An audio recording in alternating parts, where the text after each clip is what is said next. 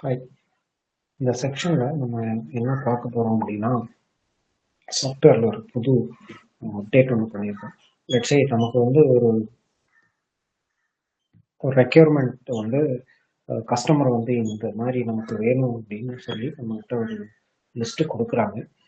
அந்த லிஸ்டின் படி நம்ம வந்து கொட்டேஷன் ப்ரிப்பேர் பண்ணணும் அப்படிங்கிற மாதிரி இருந்துச்சு அப்படின்னா, நம்ம இங்க வந்து அப்லோட் அப்படின்னு ஒரு ஆப்ஷன் கொடுத்துருக்கோம். ஓகே, ஸோ இந்த அப்லோட்ல நம்ம அவங்க கொடுத்துருக்கிற ரெக்யர்மெண்ட்டை அப்லோட் பண்ணால் அவங்க கொடுத்துருக்கிற லைன் ஐட்டம் எல்லாமே நம்ம சாஃப்ட்வேர்ல ஆட்டோமேட்டிக்காக கிரியேட் ஆயிடும். ஓகே, குவான்டிட்டி, அதே மாதிரி ஐட்டம், ரேட்டு, இது எல்லாமே வந்து நமக்கு வந்து இங்கே வந்து கிரியேட் ஆகிடும்.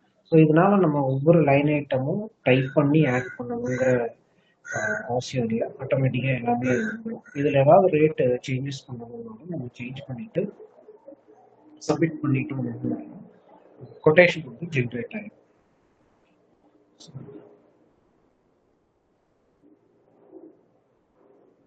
நான் இப்போ சப்மிட் பண்ணியிருக்கேன்.